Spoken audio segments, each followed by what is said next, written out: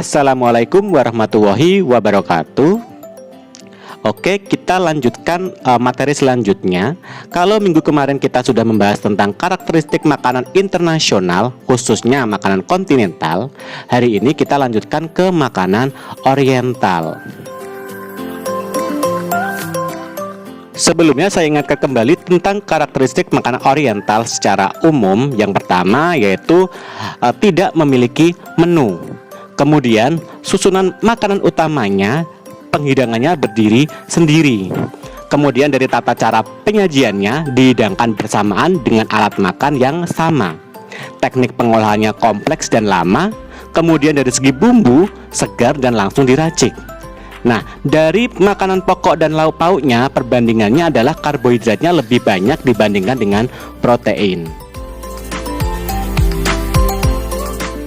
Selanjutnya akan saya bahas karakteristik makanan oriental dari berbagai negara. Nanti perhatikan yang saya berikan warna khusus itu adalah ciri-ciri khusus dari karakteristiknya. Yang pertama adalah masakan Cina. Nah, masakan Cina ini biasanya nasi yang dihidangkan dengan lauk pauk. Kemudian sebagai pengganti nasi biasanya menggunakan mie atau bihun. Nah, lauk pauknya adalah daging babi, unggas, telur, dan seafood.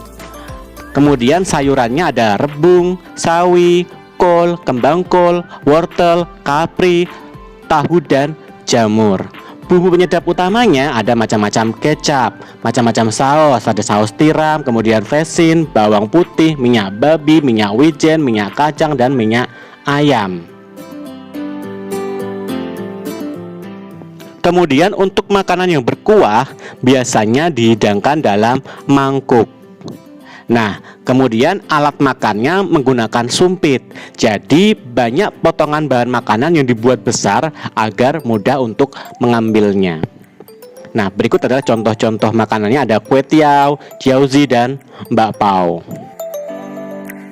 Selanjutnya yaitu masakan Jepang. Nah, masakan Jepang ini menggunakan bahan mentah ikan atau ayam sebagai hidangan. Ayamnya ayam matang ya. Kemudian menggunakan berbagai macam jamur. Kemudian bumbunya banyak menggunakan bawang putih, jahe, lada, macam-macam kecap, soyu, mirin, sake, vesin, cuka, dan mustard.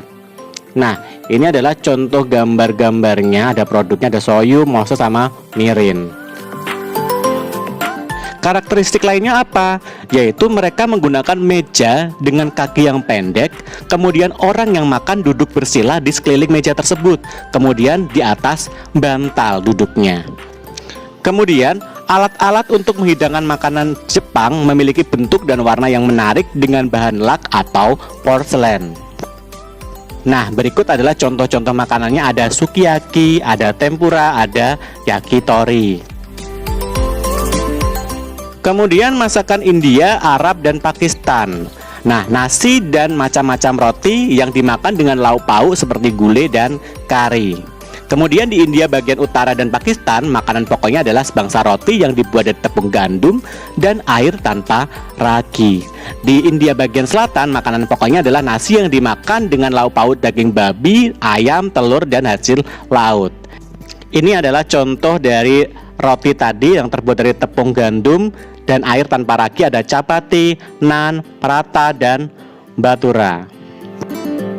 Kemudian karakteristik lain adalah orang Arab dan orang India itu umumnya makan dengan tangan dan duduk bersila di lantai. Nah, berikut adalah contoh-contoh makanannya. Ada nasi biryani, jalebi, tikka masala, kofta, falafel, malabari paratha, dan hummus. Selanjutnya yaitu masakan Filipina. Ini ada contoh gambar ciri khasnya.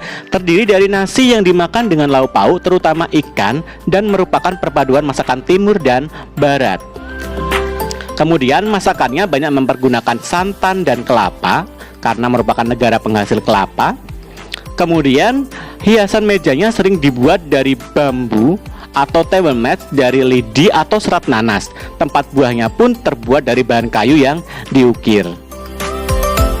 Nah, gambar di samping itu adalah gambar table mats. Kemudian ini adalah contoh makanannya, ada kare-kare, beef caldereta, dan kinilaw. Demikian penjelasan tentang beberapa contoh negara makanan oriental. Kalian bisa cari tahu lagi tentang negara-negara yang lain. Kita lanjutkan ke materi selanjutnya. Terima kasih.